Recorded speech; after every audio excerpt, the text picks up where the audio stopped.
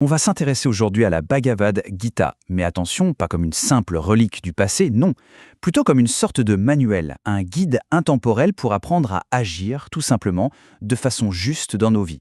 Et tout part d'une question, en fait. Une question que tout le monde s'est déjà posée un jour. C'est le vrai cœur de la Gita. Quand on est face à un choix qui semble impossible, qu'est-ce qu'on fait? Alors, pour bien comprendre, il faut se mettre à la place du personnage principal, le prince Arjuna. Imaginez la scène.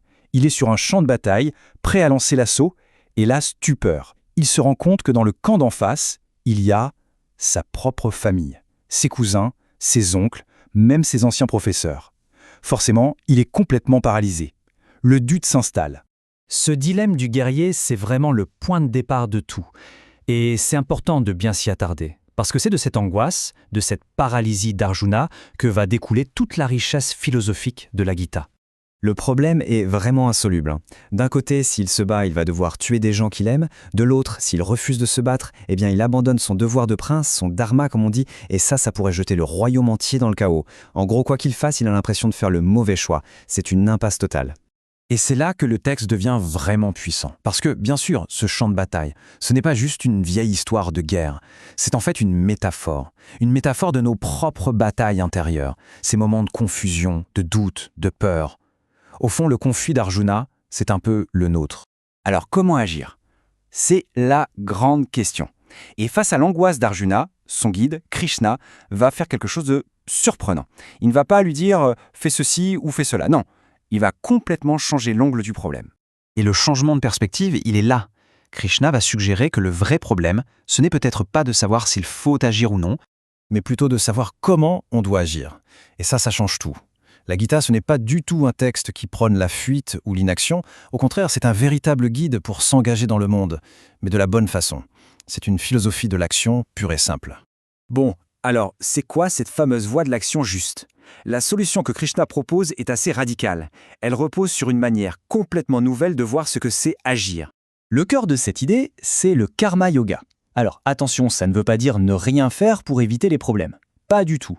Le karma yoga, c'est l'art d'agir, mais différemment. C'est agir avec toute son énergie, toute sa compétence, mais sans être obsédé par le résultat. C'est ça, l'action désintéressée. Ok, mais concrètement, comment on fait? Eh bien, Krishna donne une sorte de mode d'emploi en 3 points. Premièrement, faire ce qu'on a à faire, accomplir son devoir, son svadharma. Deuxièmement, et ça c'est vraiment le plus difficile, agir sans s'attacher aux fruits de l'action. Que ça réussisse ou que ça échoue, ça ne doit pas nous affecter. Et enfin, troisième point, dédier son action à une cause plus grande, un but universel qui nous dépasse. D'ailleurs, le texte le dit noir sur blanc. L'action est supérieure à l'inaction. Ce n'est pas plus compliqué que ça. C'est un vrai appel à s'engager dans le monde, avec l'idée que chaque action, juste, même petite, contribue à un équilibre plus global. Alors, revenons sur ce point crucial, agir sans attachement. C'est vraiment l'idée centrale et peut-être la plus libératrice de tout le texte. Parce que, si on y réfléchit bien, qu'est-ce qui nous cause de l'anxiété? Ce ne sont pas les actions en elles-mêmes, c'est notre attachement au résultat. C'est le fait d'espérer la louange, de craindre le blâme, de vouloir absolument le succès et de redouter l'échec. C'est ça la vraie prison.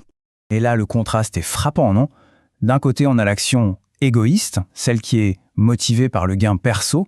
Elle génère du stress, de l'agitation, elle nous enchaîne. Et de l'autre, on a l'action juste, le fameux karma yoga. Là, la motivation, c'est le devoir. Et le résultat, c'est la paix, la sérénité, c'est la libération. Cet état de calme intérieur, cet idéal, il a un nom, le samadvam. C'est l'idée d'un esprit égal, imperturbable. C'est une paix qui ne dépend plus de ce qui se passe à l'extérieur, que ce soit un succès ou un échec. C'est ça la liberté dont parle la Gita. Bon, tout ça c'est bien beau, mais on parle d'un texte qui a plus de 2000 ans. Alors pourquoi est-ce que ça nous concerne encore aujourd'hui? Qu'est-ce que ce message a à nous dire, à nous, au XXIe siècle? Le parcours de ce texte est juste incroyable. Imaginez, il est composé autour de 400 avant notre ère. Ensuite, il est étudié, commenté pendant des siècles, et il arrive jusqu'au XXe siècle, où il va inspirer des personnalités mondiales.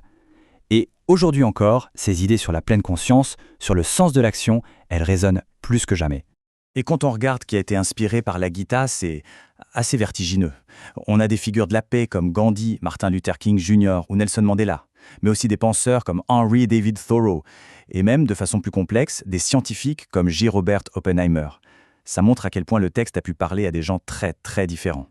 Gandhi, par exemple, disait trouver dans la Gita une consolation qu'il ne trouvait nulle part ailleurs. Pour lui, ce n'était pas juste de la philosophie abstraite, c'était un véritable soutien, un guide concret pour l'action, surtout dans les moments les plus sombres, face à la déception. Et pour finir, voilà une question à emporter avec soi, une question qui résume peut-être toute la Gita. Et si finalement, l'acte le plus libre, le plus puissant, c'était celui dont on n'attend absolument rien, pas de récompense, pas de reconnaissance, juste l'action pour l'action. C'est une pensée assez vertigineuse qui vaut le coup d'être méditée.